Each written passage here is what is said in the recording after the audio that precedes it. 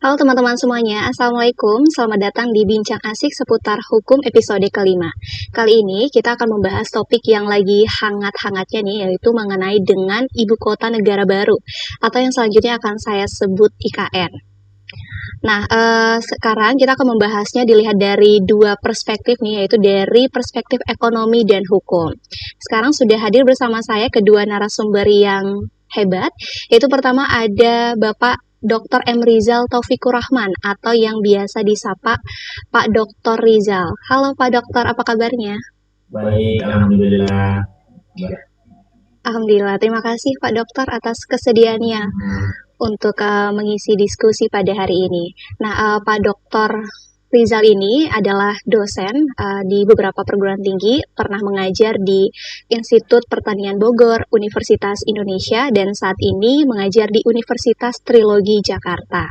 Dan juga beliau sebagai seorang peneliti di Institute for Development of Economics and Finance, menjabat sebagai Head for Center of Macroeconomics and Finance. Pak Dokter ini adalah lulusan dari Institut Pertanian Bogor, mulai dari S1, S2, hingga S3. Nah, selanjutnya kita ada narasumber yaitu Bang Syam Sumarlin atau yang biasa dipanggil Bang Syam. Nah, Bang Syam ini adalah Direktur Eksekutif Badan Koordinasi Nasional Lembaga Konsultasi Bantuan Hukum Mahasiswa Islam PBHMI dan merupakan lulusan Fakultas Hukum Universitas Muslim Indonesia. Halo Bang Syam, apa kabarnya? Ya, halo Mbak. Alhamdulillah baik. Semoga Mbak juga baik dan Bang Dokter Rizal.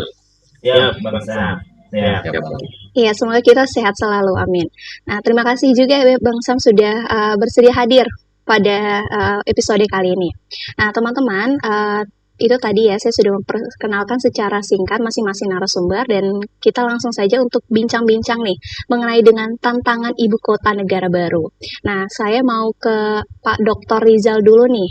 Nah, menurut Bapak Dokter ini tepat atau tidak ibu kota negara dipindahkan saat ini? Gimana Pak? Iya, kalau ditanya saat ini, ya tentu saya pasti akan menjawab tidak tepat, gitu ya. Artinya tidak pas, gitu ya, dan tidak belum waktunya. Mengapa? Karena pertimbangannya adalah bahwa pertama dari sisi fiskal, ya, anggaran kita juga sangat terbatas, tight juga, gitu ya. Bahkan fiskal mestinya didorong untuk recovery ekonomi, gitu ya. Nah, sehingga tentu saja bicara IKN menjadi belum urgen saat ini, gitu ya. Plus juga kita punya beban utang juga yang semakin meningkat rasio terhadap PDB-nya, bahkan posisi saat ini 41% dari PDB nasional kita. Nah, ditambah penerimaan pajak juga kita semakin, jadi sisi lain utang juga bertambah, ya, pada posisi hampir 10.000 triliun, gitu ya. Kemudian juga dari aspek rasio utangnya juga demikian 41%, ditambah juga dari aspek rasio pajaknya, ya, di mana kita juga semakin turun dengan posisi sekarang di 8%.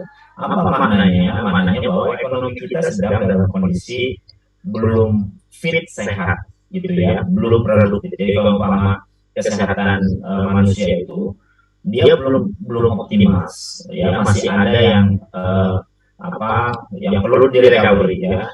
Bisa jadi rusak sel-sel darah, ada sel-sel, sebagian sel-sel yang rusak sehingga harus diperbaiki dulu, ya, dan juga perlu diberikan treatment, ya, hingga dia fit dan sehat kembali, ya. Apalagi kondisinya kan sekarang pandemi, ya, yang memang ini juga cukup berat, ya, dari sisi aspek kesehatan, bahkan fiskal kita juga dialokasikan untuk kesehatan juga semakin tinggi. Nah, oleh karena itu, maka dengan pertimbangan ini kami memandang bahwa pemindahan IKN saat ini masih belum tepat, gitu.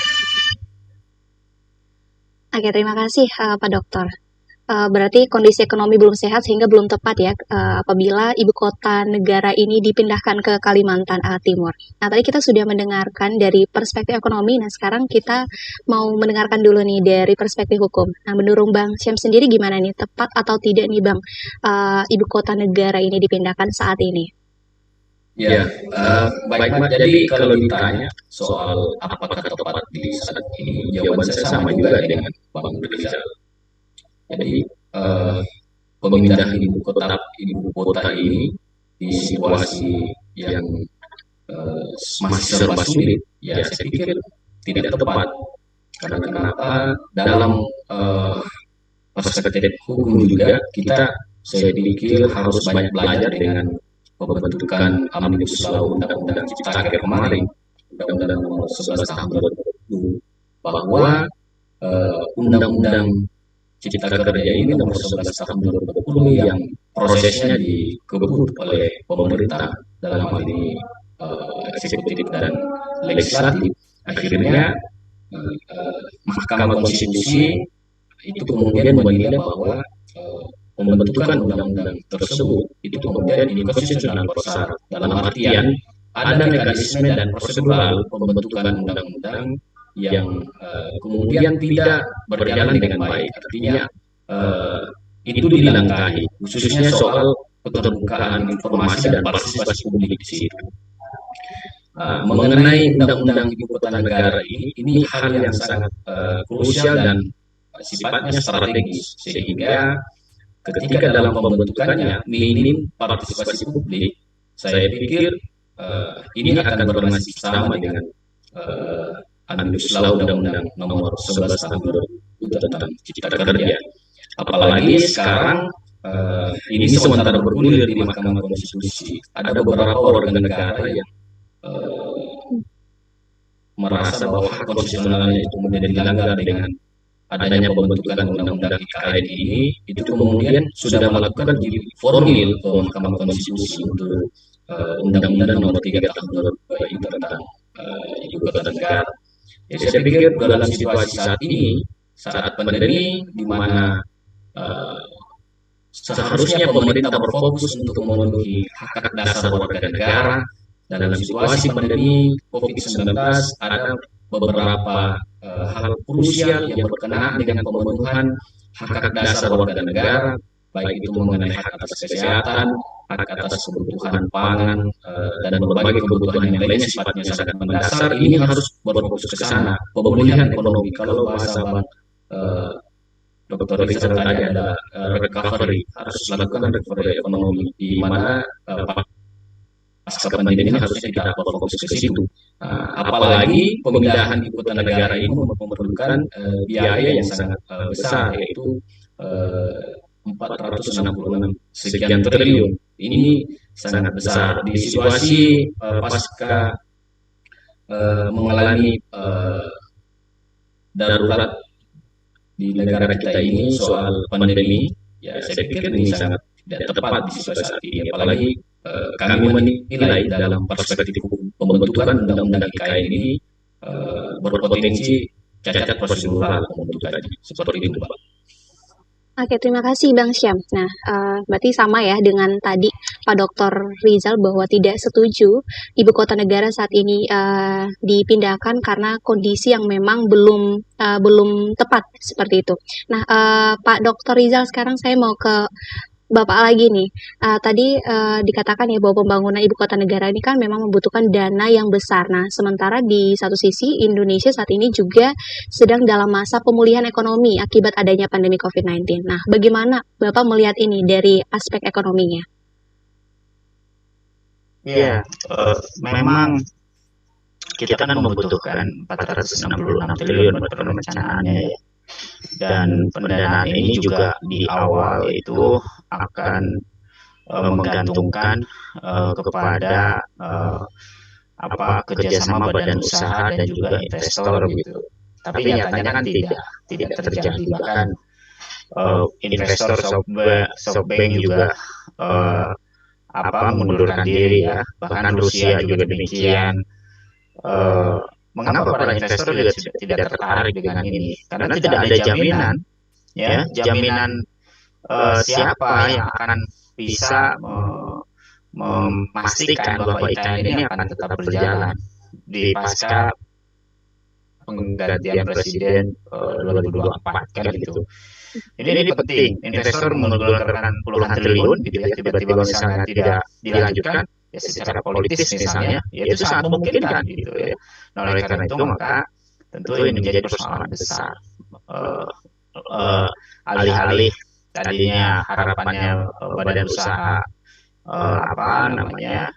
kerjasama badan usaha dan juga investor luar negeri atau swasta luar negeri maupun swasta dalam negeri ternyata kan memang tidak tidak seperti harapan. Lagi-lagi malah dimungkinkan akan mengambil APBN ya lebih dominannya gitu. Dan ini juga sepertinya akan dilakukan demikian. Bahkan ketua atau direktur ya atau kepala otorita ya pengelola otorita dari IKN ini sekarang sudah mulai kan ini harus harus melalui dananya kayaknya mesti dana charity lah dari masyarakat gitu. Ini kan lain lagi gitu ya. Artinya apa? Memang pendanaannya untuk IKN ini tidak ada gitu, tidak tersedia gitu. Ya. Dan ini juga terjadi polemik juga ya waktu Menteri Keuangan di DPR ketika ditanya anggarannya ya malah mau ngambil dari dana PEN. Ya, padahal dana PEN amanahnya juga untuk recovery ekonomi ya masa pandemi karena menurut undang-undangnya juga begitu amanahnya untuk perbaikan ekonomi ya bukan untuk IKN ya. Nah ini juga ternyata kan memang permasalahan yang krusial saya kira dalam pembangunan IKN ini ya. Pendanaannya juga kita memang belum ada yang memang ready gitu ya dan mau tidak mau kan lagi-lagi akan bermasalah besar kegiatan ini. Bahkan banyak pejabat di Senayan juga mengkhawatirkan bahwa ini tidak akan berjalan mulus gitu ya. Permasalahannya mungkin dari aspek politik mungkin ya atau juga dari aspek pembiayaan terutama yang notabene kita juga masih sangat bermasalah gitu ya atau juga belum tersedia dari aspek pembiayaan ini. Oke Pak Dokter, dan bisa dikatakan nanti akan ada potensi melanggar hukum ya Pak ya, apabila nanti dana PEN itu misalnya digunakan untuk pembangunan IKN. Karena tujuannya dana PEN itu kan untuk recovery ekonomi yang tadi Bapak sampaikan. Betul, dan banyak ahli hukum juga mengatakan demikian, mengatakan demikian. Oke Pak Dokter, nah sekarang saya mau ke Bang Syam lagi nih. Nah Bang Syam, ibu kota negara saat ini kan dikepalai oleh seorang kepala otorita nih. Nah bagaimana pandangannya Bang Syam mengenai hal ini dilihat dari aspek hukum, mengenai dengan struktur pemerintahan di sana?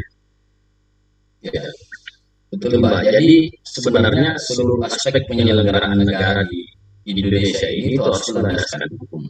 Ini amanat Undang-Undang Dasar 1945 pasal 1 ayat 3 bahwa negara kita ini adalah negara hukum.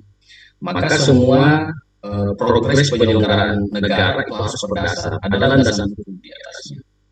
Nah, kita melihat dengan klausul nomenklatur kepala otorita di Ibu Kota Negara Nusantara ini, itu amanat Undang-Undang Nomor 3 Tahun 2002 tentang Ibu Kota Negara ini sebenarnya tidak dikenal klausul otorita ini di Undang-Undang Dasar, khususnya dalam pengaturan mengenai pemerintahan daerah di pasal 18 dan 18A Undang-Undang Dasar.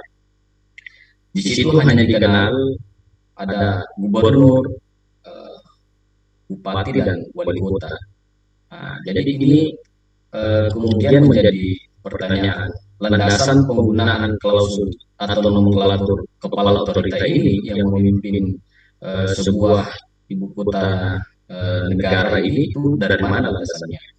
Nah, kemudian di pasal 22 Undang-Undang Dasar juga bahwa pembentukan peraturan perundang-undangan itu harus berlandaskan dengan Undang-Undang Dasar. Artinya bahwa konstitusi menjadi landasan yang sangat fundamental di dalam melakukan penyelenggaraan negara.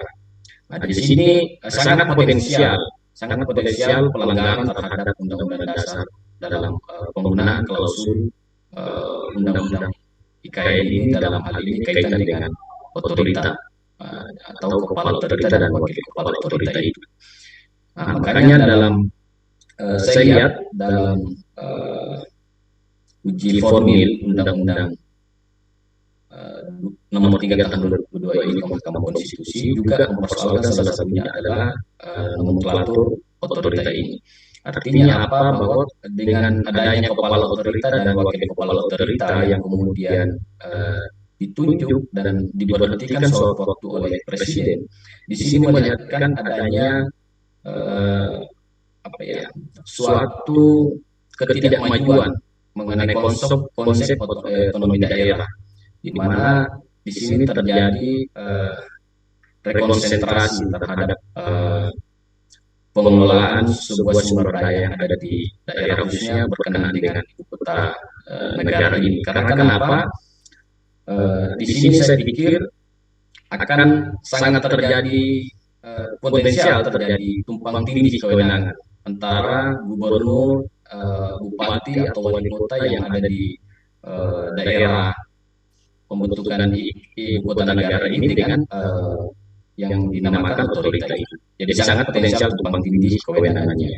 Nah, di sini sebenarnya klausul otorita itu hanya dikenal dalam suatu kawasan ekonomi khusus. Nah, kalau di ibu kota negara ini penyelenggaraannya bukan semata-mata untuk pengembangan ekonomi khusus, tapi di sini akan dibangun suatu pemerintahan dan penyelenggaraan suatu daerah pemerintahannya ada, sehingga penggunaan nomenklatur otorita, konsep otorita ini tidak tepat dalam sebuah ibu kota negara, dan itu sangat potensial menabrak pasal 18 dan 18A Undang-Undang Dasar 1945.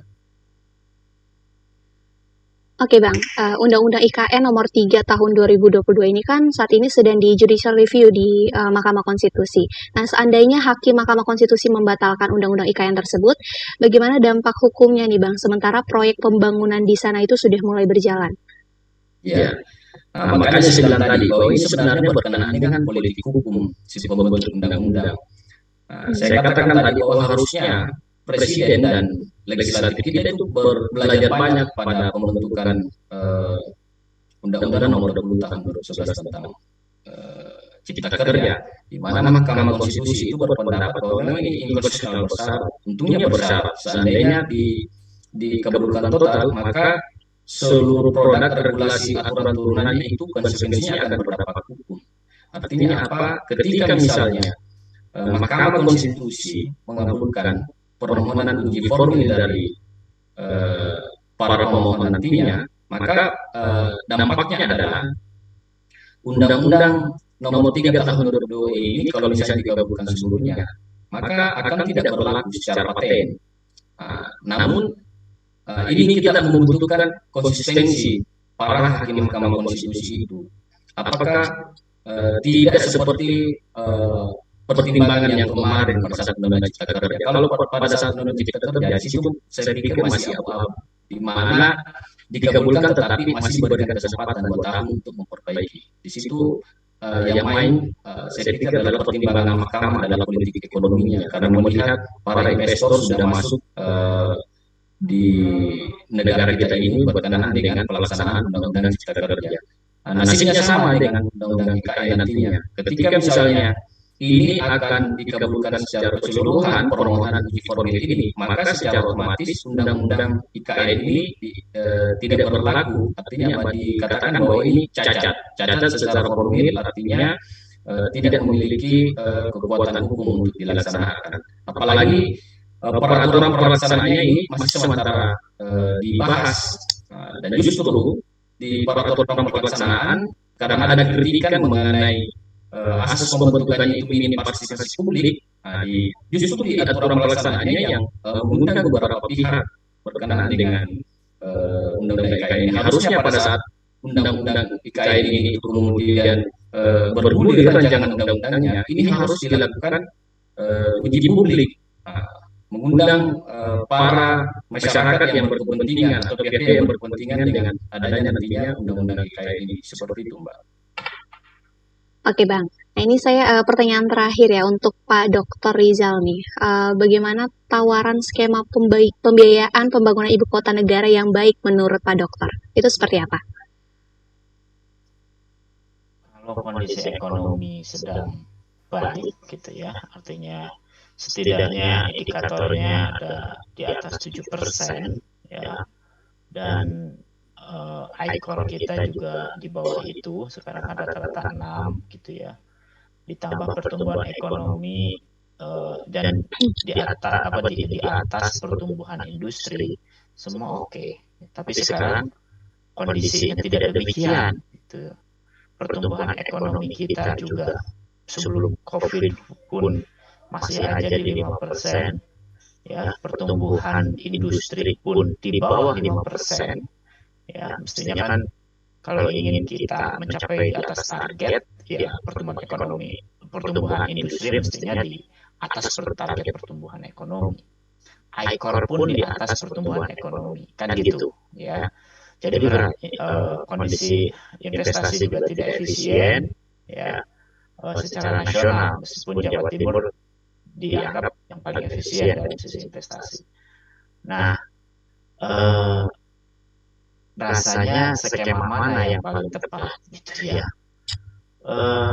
Memang untuk saya kira perencanaan di awal kalau memang ini mau didorong gitu ya, memang kondisinya kondisi tidak ideal gitu ya, tidak ideal. Jadi apa ya, kita ambil saja perencanaan sebelumnya lah gitu ya, di mana APBN akan dialokasikan sekitar 20% dan itu juga untuk membangun bangunan infrastruktur dan juga gedung-gedung pemerintahan, ya, kementerian, kemudian juga DPR dan sebagainya.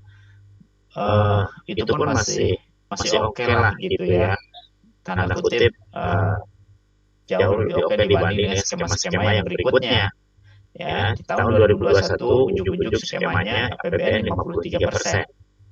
Ya, dari 20% bayangkan 33% naik. Jadi kalau totalnya 466 triliun, kalau dulu cuma 80 triliunan, sekarang menjadi 240 triliunan. Ya. Nah, itu pun kondisinya sekarang akan berubah lagi.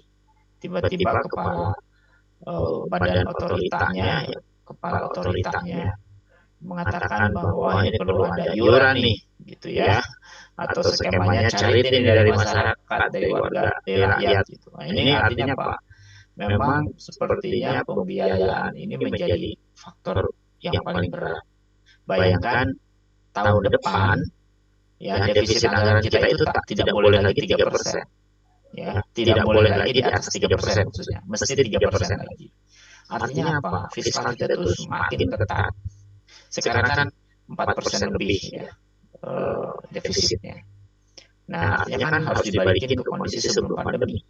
Ya. Nah, apa maknanya ini? Alokasi dana yang ada itu betul-betul harus dialokasikan ke sektor-sektor maupun ke kementerian yang memang sudah dialokasikan untuk mencapai target pertumbuhan ekonomi yang ditargetkan.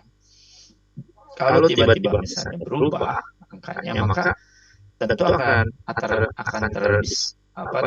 terdisturbance gitu, ya, terganggu gitu. Ya, nah, apa maknanya ini? Maknanya ya maka pembiayaan untuk KKN jelas akan terhambat juga. Ditambah sekarang juga kondisi perekonomian global juga dalam kondisi yang sedang panas gitu ya, panas dalam konteks terjadi peperangan juga mempengaruhi ekonomi dunia ya, termasuk juga Indonesia yang pada akhirnya terpengaruh, meskipun Indonesia sebenarnya withdraw profit dari komoditi strategis dan juga CPO plus juga pertambangan ya, khususnya di nikel dan batu bara. Nah, tapi itu kan short term ya, jangka pendek gitu. Tapi pemerintah kan tentu sustainability APBN ini mesti terjaga ya.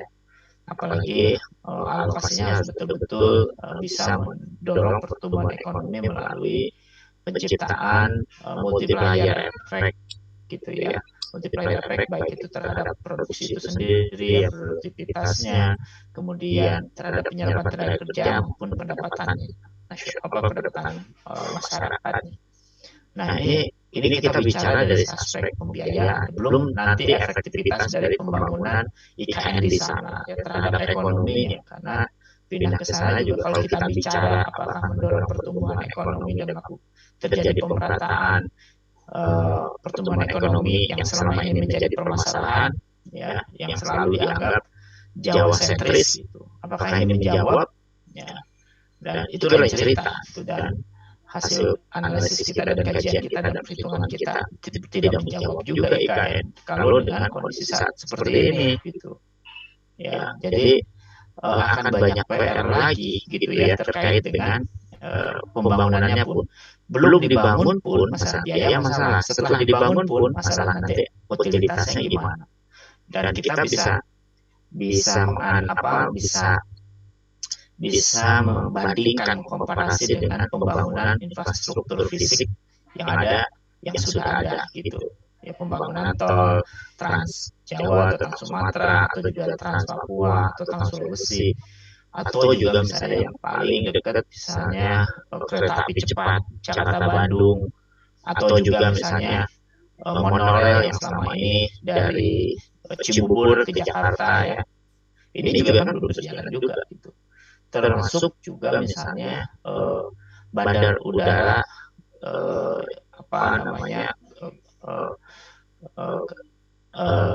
yang di Majalengka misalnya ya, sampai sekarang hanya jadi bengkel kan, padahal itu tidak sedikit dana yang ke sana. Nah, itu bicara nanti setelah dibangun ya, sebelum dibangun pun kita memang kesulitan dalam pembiayaan. Jadi berkaca dari situ saya memandang bahwa idealnya bagaimana gitu ya, kalau negara kita itu subur makmur gitu ya, pertama kesejahteraan masyarakatnya juga sudah seperti di negara-negara minimum Singapura lah gitu ya, seperti di Singapura atau Malaysia misalnya, atau setidaknya mendekati Australia lah gitu ya, sebagai negara maju lah gitu. Itu oke, mau pindah kemanapun is oke gitu ya, karena transformasi dan juga struktur ekonomi sudah berjalan semua ya, meskipun nanti paling masalahnya di konektivitas saja yang perlu didorong. Nah, tapi sekarang kan berat sekali ya, jadi agak sulit ya, jadi agak dilematis gitu ya. Mau APBN juga tadi alokasinya sangat ketat di fiskal juga gitu ya, utang juga kita tahun sekarang harus membayar hampir 400 triliunan gitu ya, meskipun pendapatan kita surplus tahun lalu dari pajak, tapi kan short term belum tentu juga di tahun ini karena sangat tergantung dari harga dunia gitu. Jadi pertanyaan ini sebenarnya pertanyaan yang memang agak berat gitu menjawabnya ya, tapi setidaknya itu gambarannya gitu ya. Kalaupun memang mau tetap dipaksakan dibangun ya, betul-betul harus mempertimbangkan ketika dibangun utilitasnya bagaimana, dan itu juga butuh biaya lagi gitu ya, dan itu kos lagi. Nah, itulah yang kemudian investor memandang tentu banyak pertimbangan ya, maksudnya sustainability, dan para investor juga sekarang seluruh dunia ya, pada saat pandemi ini juga mereka dari sisi revenue juga ya tidak sebesar sebelum pandemi, itu pun menjadi pertimbangan gitu ya, selain dari aspek di dalam negeri kita ya. Karena kan ya 2024 kan Pak Jokowi sudah 2 periode gitu, yang secara politis juga siapa yang bisa menjamin bahwa IKN ini akan tetap bisa berjalan, karena ya tadi kondisi ini juga sangat berpengaruh saya kira ya, bagi para investor apakah kemudian tertarik berinvestasi di IKN ya atau tidak gitu. Jadi dengan mereka sendiri masih banyak persoalan yang dihadapi ya, apalagi mau berinvestasi di negara kita yang notabene juga dari undang-undangnya juga masih terjadi judicial review ya, ditambah juga tadi kondisi politik juga sangat dinamis. Ya ini saya kira sangat besar pengaruhnya terhadap keputusan para investor untuk berinvestasi di IKN. Baik Pak Dokter, terima kasih banyak Pak Dokter dan juga Bang Syam yang sudah hadir di Bincang Asik seputar hukum episode kelima ini. Dan buat teman-teman yang nonton, semoga video ini bermanfaat dan bisa nambah pengetahuan ya mengenai dengan topik yang tadi sudah dibahas ya dari perspektif hukum dan juga ekonomi. Oke, sekali lagi terima kasih ya Pak Dokter dan Bang Syam. Ya, buat teman-teman juga jangan lupa untuk subscribe dan aktifkan loncengnya agar tidak ketinggalan episode berikutnya. Oke, saya Marda, mohon pamit. Wassalamualaikum warahmatullahi wabarakatuh. Waalaikumsalam warahmatullahi wabarakatuh. Ini